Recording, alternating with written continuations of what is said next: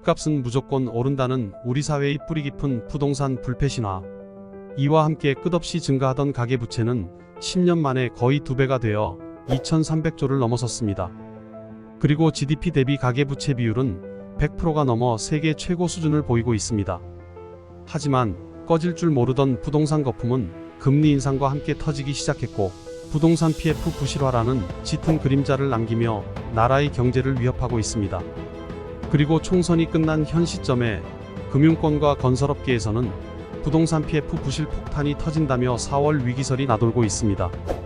도대체 부동산 PF 부실이 얼마나 심각한 것일까요? 그리고 이것은 우리 경제에 어떤 영향을 미칠까요? 이번 영상에서는 부동산 PF가 무엇이고 왜 이러한 얘기들이 나오는 것인지, 그리고 그것이 경제에 어떤 영향을 미칠지에 대해 이해하기 쉽게 얘기해 보도록 하겠습니다. 아시겠지만 PF라는 말은 프로젝트 파이낸싱의 약자입니다. 보통은 금융기관이 기업이나 개인에게 돈을 빌려줄 때 경제적 가치가 있는 자산을 담보로 잡거나 아니면 신용을 담보로 대출을 해줍니다. 그러나 프로젝트 파이낸싱은 이러한 일반적인 대출과는 다릅니다. 프로젝트의 사업성과 장래 현금 흐름을 보고 대출을 해주는 방식입니다. PF는 주로 부동산에서 쓰이는 자금 조달 기법입니다. 부동산 사업을 하려는 시행사가 자기 자본이 거의 없이도 사업을 일으킬 수 있는 방식인 것입니다. PF는 부동산 호황기에 프로젝트를 시행하는 시행사들에게 큰 수익을 안겨주고 부동산 시장에는 공급을 늘려주는 역할도 합니다. 하지만 반대로 부동산 침체기에는 시행사들뿐 아니라 금융기관에 큰 손실을 떠안기며 나라 경제를 휘청이게 만들기도 합니다. 기억하실지 모르겠지만 2011년에 저축은행 영업정지 사태가 벌어졌던 게 바로 이 PF 부실 때문이었습니다.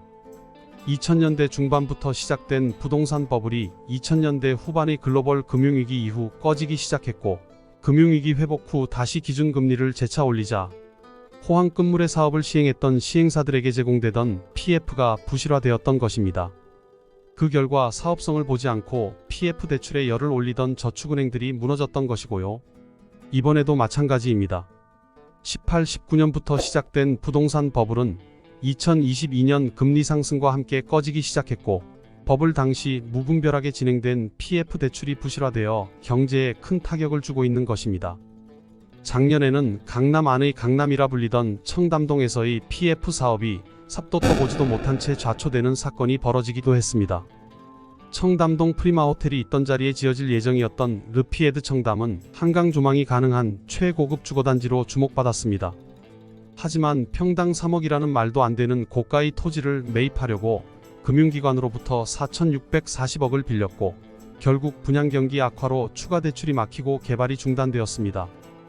또한 작년에는 PF 대출에 적극적이었던 제2금융권인 새마을금고와 저축은행들이 부실화되고, PF 대출을 받은 시행사에 지급보증을 썼던 태영건설과 같은 건설사들도 상황이 어려워졌습니다. 이런 일련의 사건을 이해하기 위해서는 PF의 구조에 대해 알아야 합니다. 부동산 개발은 보통 다음과 같은 단계로 이루어집니다. 먼저 시행사가 토지 매입과 인허가를 완료합니다. 그리곤 건설사를 선정해 착공을 하고 분양을 합니다. 그리고 준공이 되면 분양자들이 입주하게 되는 것입니다. 시행사는 토지 매입 단계에서 계약금 및 잔금이 필요하게 되고, 이를 자기자본과 브릿지론으로 충당합니다. 보통 시행사는 자기자본이 총 사업비의 5% 전후에 불과합니다. 그렇기에 토지 매입과 인허가 단계에서 나머지는 브릿지론 대출을 통해 이루어집니다. 브릿지론은 본 공사가 들어가기 전에 토지 매입 및 인허가 단계에서 필요한 자금을 금융기관으로부터 차입하는 것을 말합니다. 공사 시작에 필요한 본 PF 대출 단계로 가기 전에 가교 역할을 한다고 해서 브릿지라는 단어를 사용하는 것입니다. 브릿지론은 토지 매입 및 인허가 이전에 돈을 차입하는 것이기 때문에 토지 매입이 성사되지 않을 위험이 존재하고, 인허가가 이루어지지 않을 위험도 존재합니다. 그리고 토지 매입을 하고 인허가를 받았다 하더라도 본 공사에 투입되는 자금, 다시 말해 본 PF 대출을 받지 못할 위험 또한 존재합니다. 그러기에 브릿지론은 1금융권 은행이나 보험사들과 같이 덩치가 크고 보수적으로 자금 운용을 하는 곳에서는 참여하지 않습니다. 그래서 보통 증권, 캐피탈, 저축은행과 같은 곳에서 고금리로 시행사에게 브릿지론 대출을 해줍니다. 착공 단계에서는 시행사들이 금융권에서 본 PF 대출을 받습니다. 토지 매입 및 인허가 단계가 완료되고 건설이 착공되는 시점이기 때문에 브릿지론보다는 위험성이 낮습니다.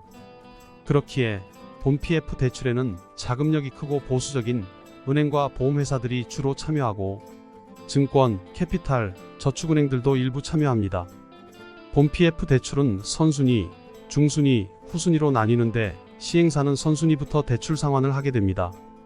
따라서 대출 금리는 선순위가 가장 낮고 후순위로 갈수록 미상환 위험이 존재하기에 금리가 높아집니다. 본 PF 대출에서 선순위 대출은 보통 은행과 보험사들이 참여하고 중후순위 대출은 높은 이자를 받으려고 하는 증권, 캐피탈, 저축은행들이 참여하고 있는 것입니다.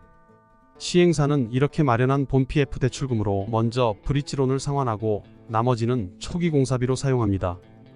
브릿지론은 위험한 단계에서 받은 대출이라 금리가 높기 때문에 먼저 상환을 하는 것입니다. 또 수분양자들로부터 받은 분양대금과 입주잔금으로 공사비와 본 PF 상환에 사용합니다. 본 PF 대출도 위험이 없는 것은 아닙니다. 브릿지론에 비해 낮을 뿐입니다. 분양이 되지 않을 위험도 존재하며 시공사가 준공을 하지 못할 위험도 존재합니다.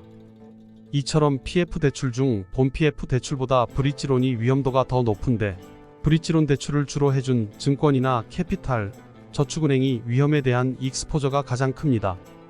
브릿지론은 부동산 경기가 호황일 때는 별 문제가 되지 않습니다. 하지만 불황일 때는 리스크가 매우 커집니다.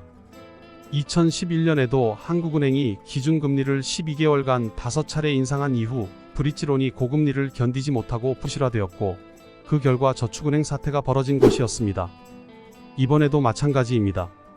팬데믹 종료로 인한 경기 급반등과 그 이후의 우크라이나 전쟁으로 인해 인플레이션이 일어났고 전 세계적으로 금리 인상이 시작되었습니다. 우리나라 기준금리도 2021년 0.5%에서 2023년 1월에는 3.5%까지 상승했습니다. 이 때문에 브릿지론 금리는 2021년 평균 5%에서 2023년에는 평균 10%로 2배나 뛰었습니다. 더군다나 분양시장이 냉각되어 사업성이 없다고 판단해 금융기관에서 추가 대출인 본 PF 대출을 해주지 않고 있습니다. 그 결과 어떻게 됐을까요? 부동산 PF 전체 연체율을 보면 계속해서 늘어 2.7%가 됐습니다. 금융기관별로 보면 본 PF 선순위 대출을 주로 한 은행과 보험사는 매우 낮은 수준이지만 브릿지론 대출 및 본 PF 후순위 대출을 주로 한 증권, 저축은행, 캐피탈사는 높은 수준을 보이고 있습니다. 증권은 23년 말 연체율이 13.73%나 되고 저축은행은 6.94%, 캐피탈사는 4.65%입니다. 연체율이 꽤 높지만 그나마 다행인 것은 2011년 저축은행 사태 때에 비해서는 크게 낮은 수준이라는 것입니다. 금융당국도 현재의 PF 연체율이 과거 위기 대비 크게 낮기 때문에 안정적이며 관리 가능한 수준이라고 말합니다.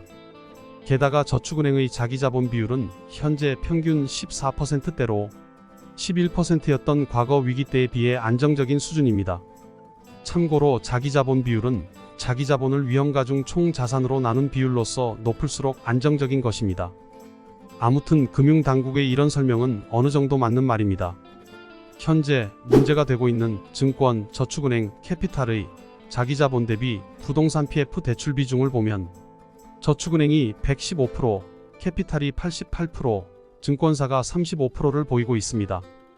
이것도 매우 높은 수치인 것은 맞지만 2011년에 비하면 그나마 양호한 편입니다. 2011년 위기 당시에는 저축은행의 자기자본 대비 부동산 PF 대출 비중은 무려 250%에 달했습니다. 캐피탈업계는 당시의 80% 수준과 엇비슷하지만 말입니다. 하지만 이런 통계 수치만 보고 마냥 안심할 수 있는 수준은 아니라는 게 전문가들의 공통된 의견입니다. 좀 전에 얘기한 것처럼 증권, 저축은행, 캐피탈의 PF 연체율이 과거에 비해 크게 낮지만 여기에는 보이지 않은 꼼수가 작용했습니다. 바로 대출 만기 연장인데요. 부동산 경기 악화로 본 PF 대출을 받지 못하고 브릿지론 대출이자만 갚으며 허덕이고 있는 시행사들이 금융기관과 협의해서 브릿지론 만기를 연장한 것입니다. 연장하는 과정에서 이자를 만기의 원리금과 함께 갚을 수 있게 이자 후치 방식으로 변경했습니다. 이런 만기 연장으로 인해 금융사들은 부실한 브릿지론을 연체로 반영하지 않았고, 그게 연체율을 낮추는 착시 효과를 가져왔다는 게 PF 업계의 일반적인 시각입니다. 시행사나 금융기관들은 금리가 낮아지고 부동산 경기가 좋아질 때까지 분양을 미루며 참고 기다리고 있는 것인데요.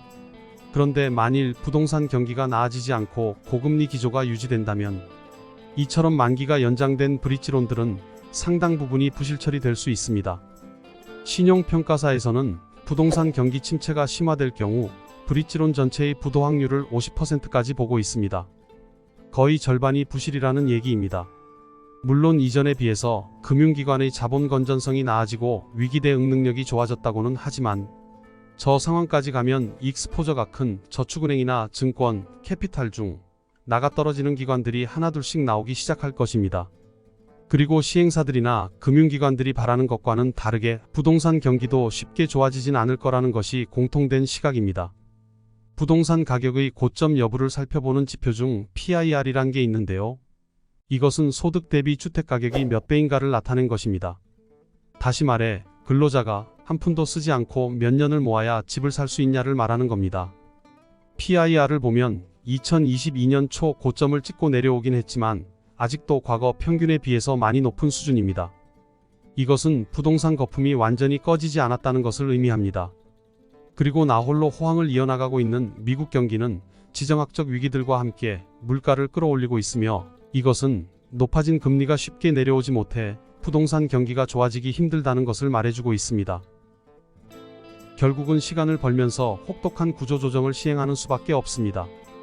브릿지론을 통해 사들인 토지를 경공매를 통해 정리하고 손실을 반영하는 것입니다. 보통 경공매가 진행되면 50에서 70% 정도 선에서 거래가 되는데요. 시간을 벌면서 금융기관들이 자본 확충을 하고 손실을 반영한다면 2011년과 같은 위기까지는 가지 않을 것입니다. 그리고 낮아진 토지값은 분양가를 낮추는 요인으로 작용할 것이고, 이것은 얼어붙은 부동산 시장을 서서히나마 녹일 수 있을 것입니다. 하지만 이것도 계획된 시나리오 안에서 가능한 일일 뿐, 경제에 어떤 변수가 또 일어날지 알 수 없는 노릇입니다. 고점에 달한 미국 경제가 악화되어 글로벌 경기 침체가 일어난다면 금융기관들의 경영 악화로 인해 그땐 또 다른 대책을 강구해야 할지도 모릅니다. 사람들은 매번 이번엔 다르다라고 말하지만 역사는 반복됩니다. 욕심을 제어하지 못하는 인간의 심리 때문에 이런 위기의 반복은 변하지 않는 진리가 됩니다. 이것으로 영상을 마치도록 하겠습니다.